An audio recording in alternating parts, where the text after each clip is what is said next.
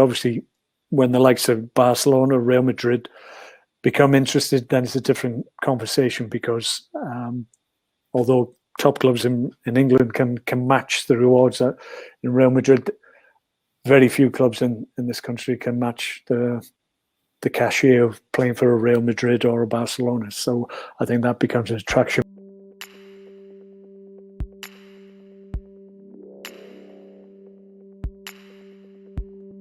Hello and welcome to the latest instalment of the UCFB-LMA Insight Series.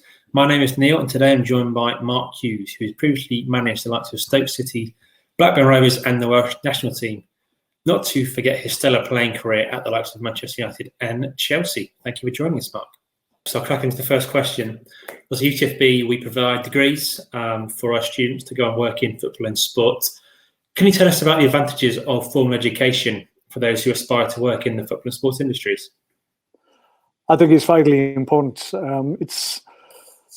It's no hardship, in my view, to have a capacity to learn and a desire to learn, because I think certainly in sport, at whatever level or whichever area of professional sport that you want to go into, I think you have to educate yourself. You need to apply for every course, go on every course that's available, really become a sponge to information so that you understand the role to the best extent that you can prior to maybe getting an appointment.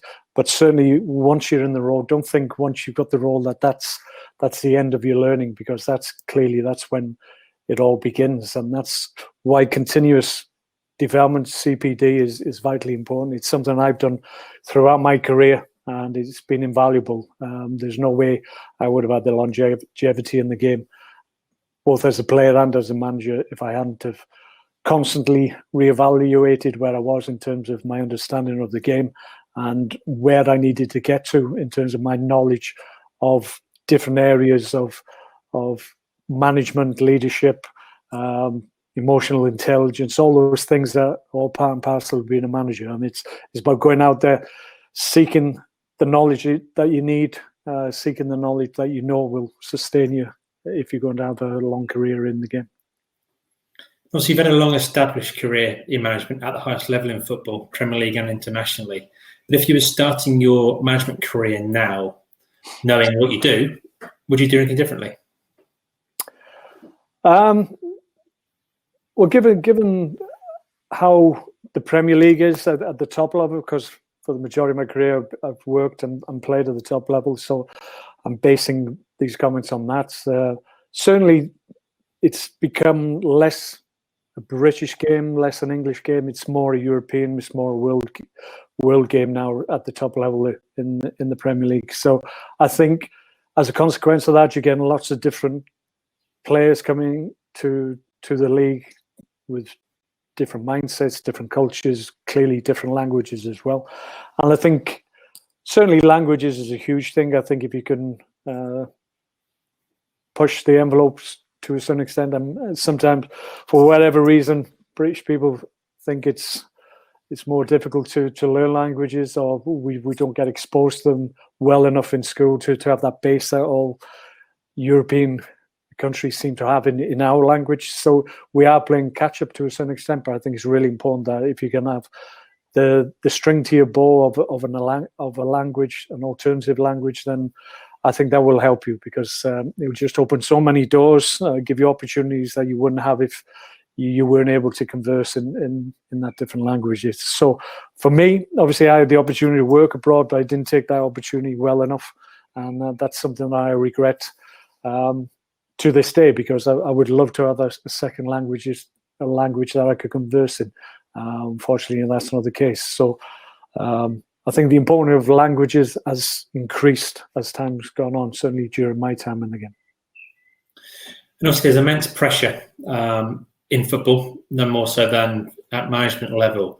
How have you dealt with that over the years? And what mechanisms have you put in place or seen put in place that's kind of ensured staff well-being and mental health where it's prioritised?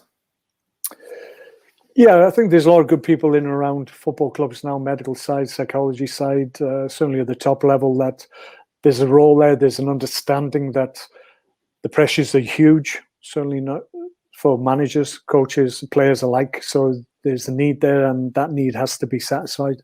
So there's a lot of help if you need it, but clearly men in general, I think it's fair to say, find it difficult to ask for help, certainly in terms of mental health. I think that's something that needs to improve. I think because more people are talking about that aspect of health, I think it's improving slowly, but it's certainly not going to be something that changes overnight. I think there has to be constant dialogue in terms of the help that is out there and accessible to people who feel that maybe they're struggling with certain situations in their daily life and professional life.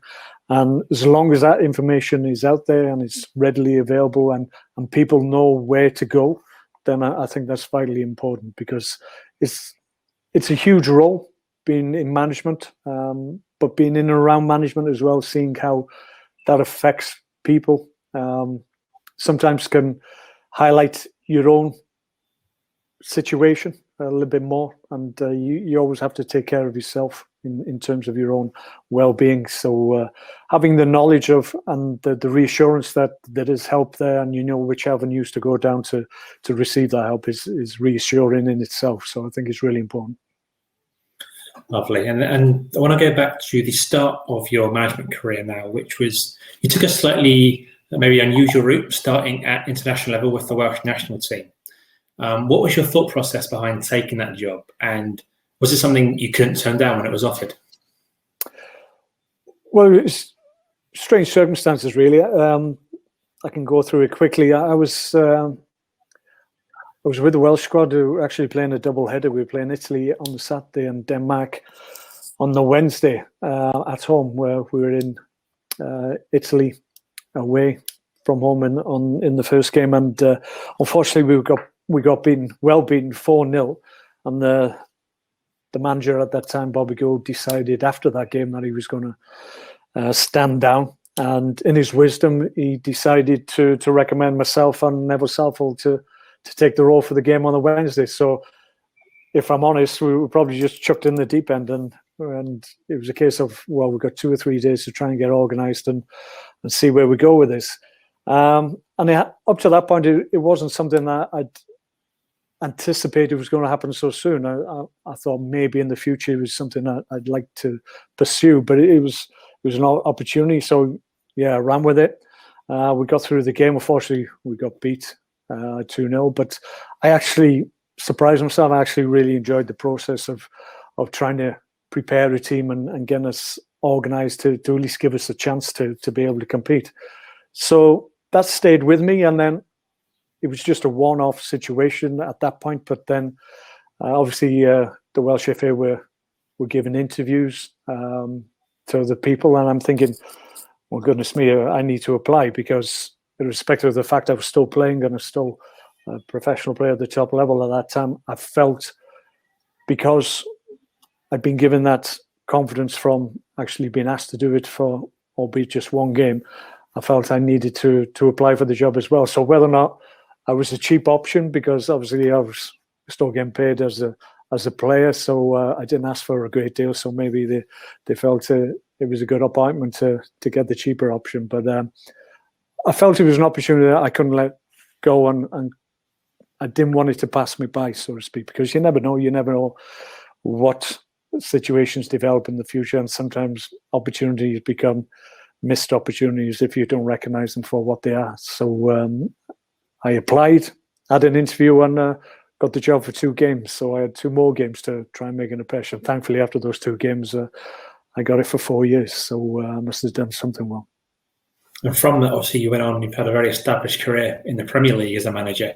What did you learn in your time in the Wales job, which you could take into that Premier League, that domestic setup? Well, international management just allowed me time to grow as a manager, time to allow myself to understand what I wanted from players and how I wanted my teams to be set up, and what type of team I wanted to construct and build and work on. I think as a player, you have a really good idea of your role within the team. I was a striker. I knew how to play a striker every element to it. I knew every thing that I needed to know about being a striker. But in terms of my role in comparison to, or in relation to, a midfield player or a fullback or a centre half, what they wanted from me, I probably wasn't as aware as I needed to be. And I think getting the role as a manager, I needed to re-educate myself in terms of every single position in the team, rather than just as a player concentrating solely on my role as a striker within that team. So that was an education in itself, and it was something that I needed to get on top of very, very quickly, because I've said earlier that it's important that you have the answers when players come to you to question your decisions. If you don't have the right answers, or the answers that they can see no sense in, then you're going to struggle. And if you don't know their role as well, in terms of maybe they're a fullback, and they're working in or asking questions in relation to what they want from midfield players, then you have to have every answer and you have to know every role. Whereas a player, you're solely concerned, if you're honest, with just the role of being a striker. So it's about re-educating yourself across the board to make sure that you're ready. Fantastic. And obviously in the Premier League, you managed 6 different clubs. Tell us about maybe a couple of your favourite memories during that time at those various clubs. I had great times to a lesser great extent in all of them. Obviously, some roles were longer, others were brief, which is a regret. Whenever you lose a role, you always look back and try and reassess and reevaluate what went wrong. I think it's important not to get too upset and don't get too bitter about it. There's more often than not, it will be because you haven't won enough games. There'll be lots of reasons why you haven't, and it won't be just because of football reasons. There's a lot of influences that go into obviously getting a team that will function, and sometimes those things are out of your control. But I think it's important that you just move on very, very quickly, because if you get a little bit bitter, a little bit upset about the circumstances of you leaving a certain role, then the only person it damages is you in the long term. So you've got to move very, very quickly on to the next one. So for the most part, even though I lost a couple of positions like QPR, Southampton as well, after doing really well the year before, very similar circumstances, kept both teams up, and then within 12 games of the following season, I'd lost that position. So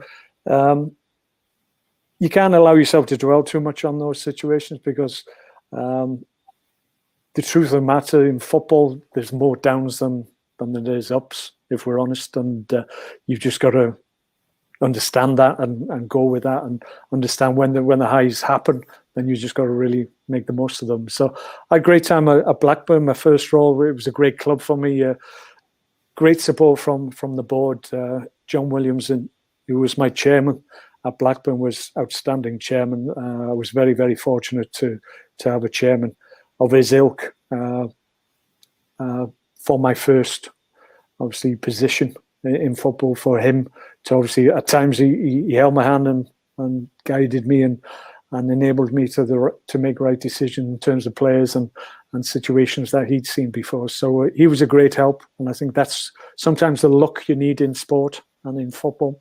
If anybody says, well, you don't need luck, you need to dismiss that guy who's saying that straight away, because if you don't have luck in terms of circumstance and in terms of people like you come across, then you're not going to get very far. So I was lucky in that regard. We had 4 great seasons. We were top half in almost every season that I was there. We got to a top 6. We qualified for Europe by league position, which was a huge achievement for a club like Blackburn at that time.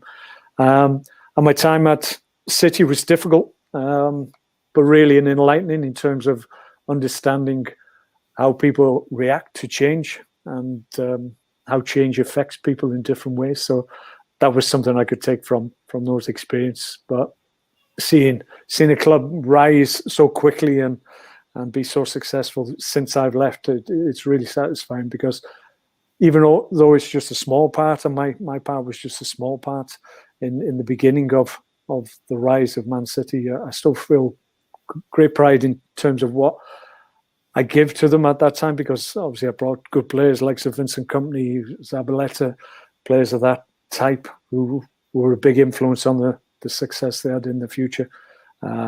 So I was pleased with that part of my role. And obviously at Stoke, we had 4 great seasons in the Premier League, top 10 every year, 9th 3 times in a row, and got to semi-finals of League Cups, FA Cups, and did really well. It was unfortunate how that one ended, but at some point, position, either you make the decision to leave, or the powers will tell you it's time to go. So you have to accept that. It's part and parcel of the job.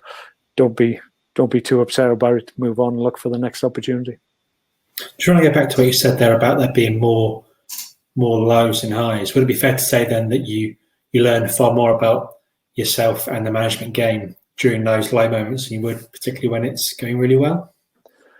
Yeah, I think so. I think when you're winning and when you're in a period of success, then that review and that decision from yourself to look more closely at how you operate and how you approach certain situations, I think it's less intense when you're winning, because you're guilty of possibly thinking everything's okay when maybe it's a false security. Maybe things behind the scenes aren't quite right, but because you're winning, you put it off to another day when really those issues need to be addressed as they appear, rather than let them drift on and become bigger problems. So it's much easier to recognize things when things going poorly, rather than maybe thinking just because you're winning football matches and everybody's happy on the outside, within your group, there might be things that will ultimately undermine you at some point in the near future. So you've got to recognize that, albeit you're enjoying the fact that you're winning. You still got to have your finger on the button and understand that issues within the club have to be addressed quickly. If they don't, then they fester and become bigger problems. Obviously, as a player, you were able to play under Sir Alex, but if you were playing in the game now, is there any managers around that you would love to have worked under and work with? Difficult to say. I think there's different managers who have different approaches. You have an autocratic manager like Sir Alex certainly was. He certainly mellowed towards the end of his career just because he has to, because the diversity of the dressing room doesn't lend itself to being totally autocratic, where it's the managers say and you have to follow him, and that doesn't really work. And I think that was the great skill of Sir Alex, that he recognised that, and albeit the British guys would get on with things, maybe a French international, if you said the same thing, would react in a different way, just as an example. So the skill of a manager has changed. So I think the type of manager who now seems to want to be the friend of the player, I think the players, certain types of players need that and quite enjoy that. That's something new. I think that's coming. You look at Jurgen Klopp, he seems to be a manager that wants to hug people and a big smile and be their friend.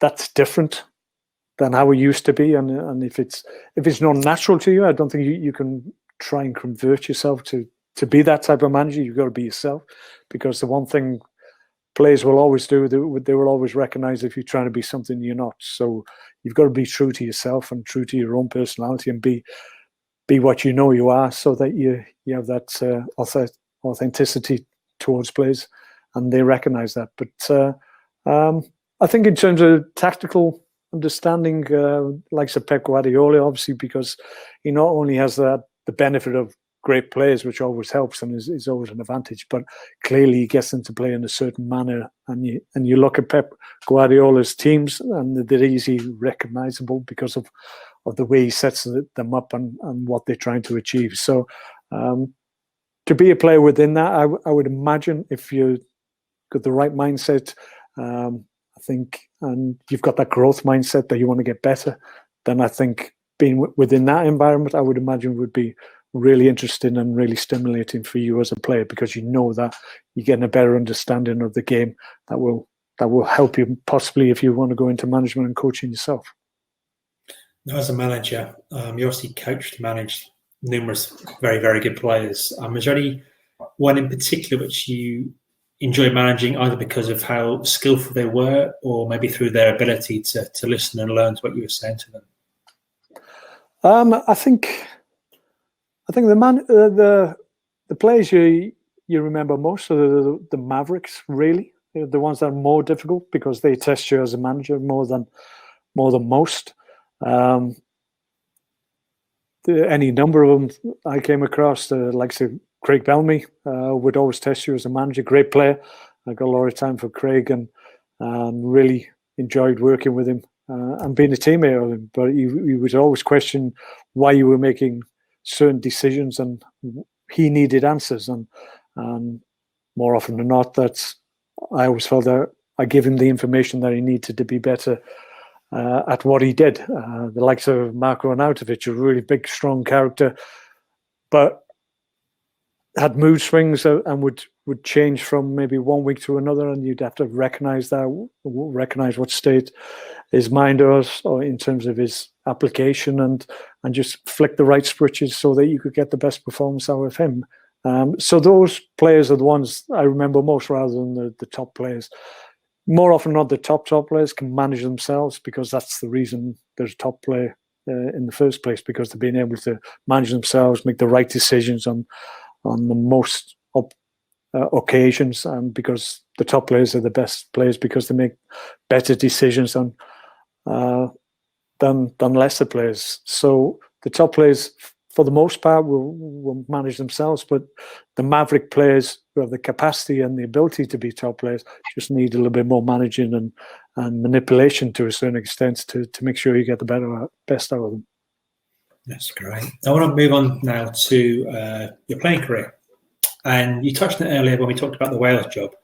But how was that transition going from player to manager? And again, you touched on it, but was that always the plan?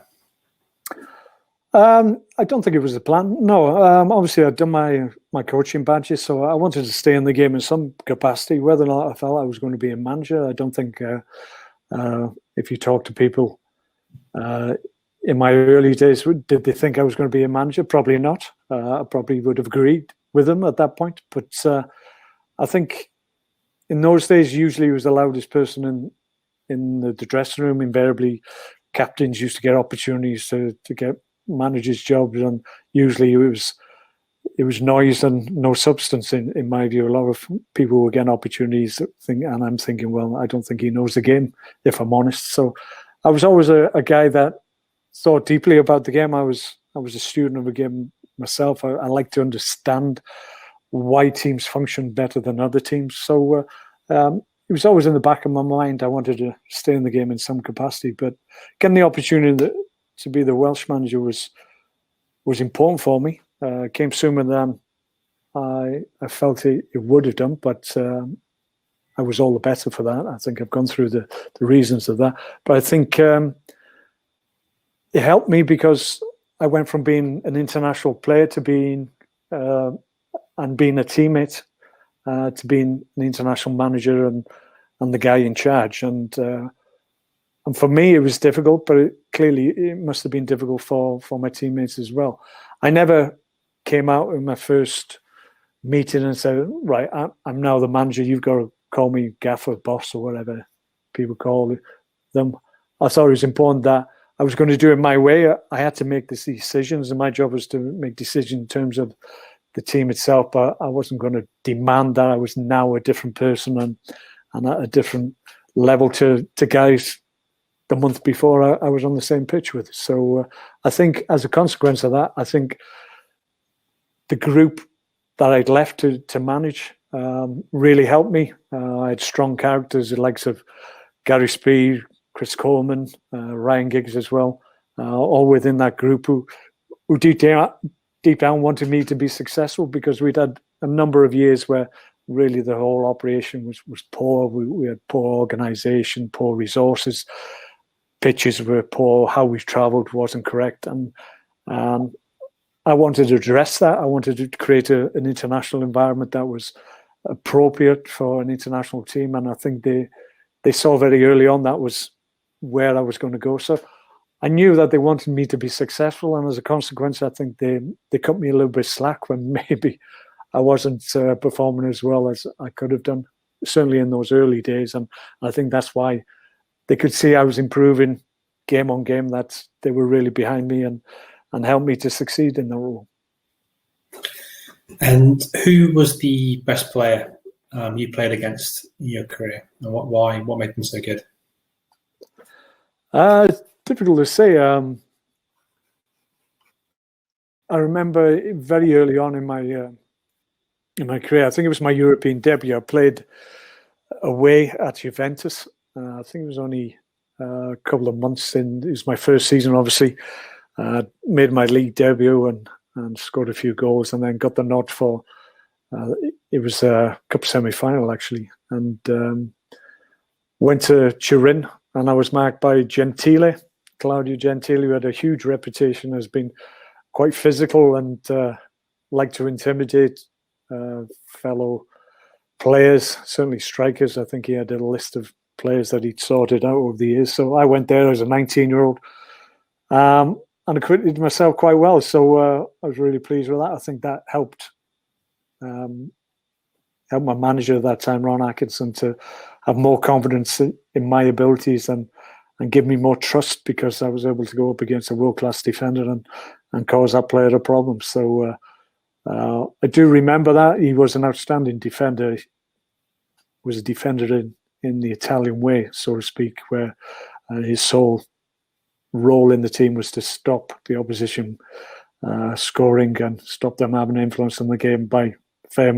means or foul. And he had all the tricks in the book. So it was a great education. So I really enjoyed that opportunity to go up against somebody who knew the game, knew how to affect the game. And I was able to equip myself. So for my confidence as a player, that really helped me and helped me grow in the game. He also spent time in the playing career at Barcelona and Bayern Munich, two huge football clubs, which is still a rare thing now, a British player playing abroad. What are the reasons behind that, do you think? Why do you think there aren't more, maybe Gareth Bales, David Beckhams going abroad and playing in Spain or Italy? I don't think there's that need. Obviously, when I went abroad, there was significantly more money available than there was in the English league. There was the opportunity, obviously, to go to huge clubs like I had the opportunity to go to. So that was a huge motivation for me as well. I wouldn't say it was a driving force. I wasn't agitating to leave. I think there was, at the time, a few missed messages, and I think Man United assumed that I wanted to go. I think my agent at that time was pretty forceful in terms, probably telling my club different things to what he was telling me, if I'm truthful. And as a consequence, I found myself on a plane to Spain. Financially, it was a good decision, and developmentally for me as a player and as a person, it was the best thing I did. But clearly, the rewards were abroad. The likes of Italy was very strong at that time, and the likes of Ian Rush went at the same time as me, and you went initially because financially it was better for you and your family. Whereas now in the Premier League, all the riches are in the Premier League, so British players really don't have to move because the rewards are here, and the rewards are here to be gained. So I think that's why there isn't so much of a train of players going abroad. Obviously, when the likes of Barcelona, Real Madrid become interested, then it's a different conversation, because although top clubs in England can match the rewards in Real Madrid, very few clubs in this country can match the cachet of playing for a Real Madrid or a Barcelona. So I think that becomes an attraction, because top players who get the opportunity to go to those clubs are very wealthy guys anyway. So they're not going for the reward of huge amounts of money, because they can get that in this country. They're going there for the experience and the opportunity to play at a world famous football club. And as a player, you won pretty much everything. Is there any particular moment or medal that really stands out for you?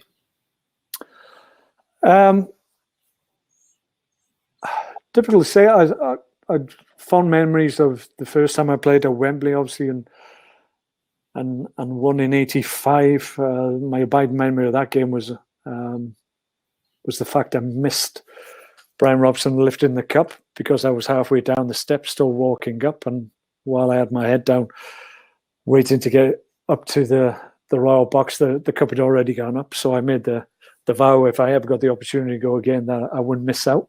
So ever since that, if you look at all the trophies I won, invariably it's the captain, it's the goalie, then it's me. And I made sure I was number 3 every time. So winning trophies is always an abiding memory. Winning, obviously, the Premier League for the first time with Manchester United after such a long time, 26 years, give or take, and to be part of that team and that squad of players that were able to win a trophy for the league title for Man United after a long time. I think that's why that team, the 93, 94 team, 92, 93 team, that group of players will always have a connection because we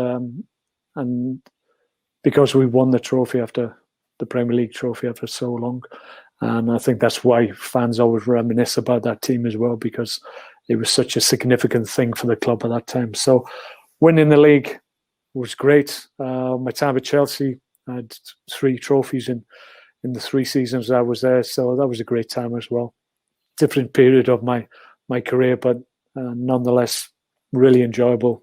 Lots of good players, Vialli, Franco Zola, Ruud Gullit, all these players coming to Chelsea at that time. It was right at the beginning of the ascendancy. So that was a really great time for me as a player. So lots of great memories. I was very fortunate.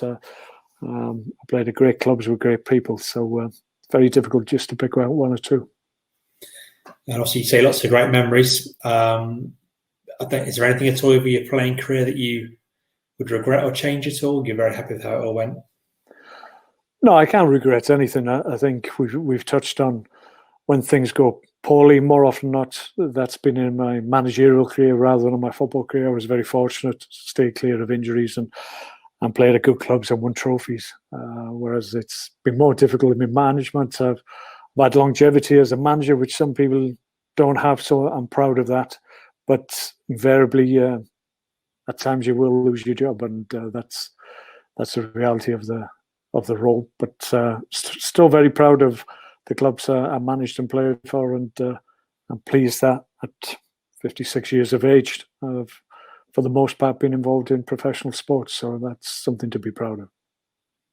That's great to hear. And my final question for you then, Mark, really is, people watching this, there'll be current students, prospective students. What one piece of advice could you give them? They're looking to work in football sport, whether it's coaching or media or finance. Is there anything in particular they should really do to go out and achieve? I think it's important that you keep re-educating yourself, understand the role, really make it a vocation rather than just a job. If you just go with the attitude that it's a job that fulfills a need for you in terms of you get paid at the end of the week, then really you're not going to give yourself an opportunity to progress in any role in professional sport, because you're constantly judged. It doesn't matter what role you have within the club. There'll be certain standards, certain behaviours of the club that people within the club will always judge you on. And if you fall short because your enthusiasm or your passion or your will to do the job to the best of your ability, if that's not there, then it'll be evident to people who will make a choice between you and somebody else. And if you want to have longevity in the game and have a role within professional sports, you've got to be enthusiastic and make sure you show passion on a daily basis. Well, that's all the questions from me today. Thank you very much, Mark, for your time. I really appreciate it. And we're sure that everyone at home has learned a thing or two about your career and what it takes to succeed in the football industry beforehand already. Thank you very much.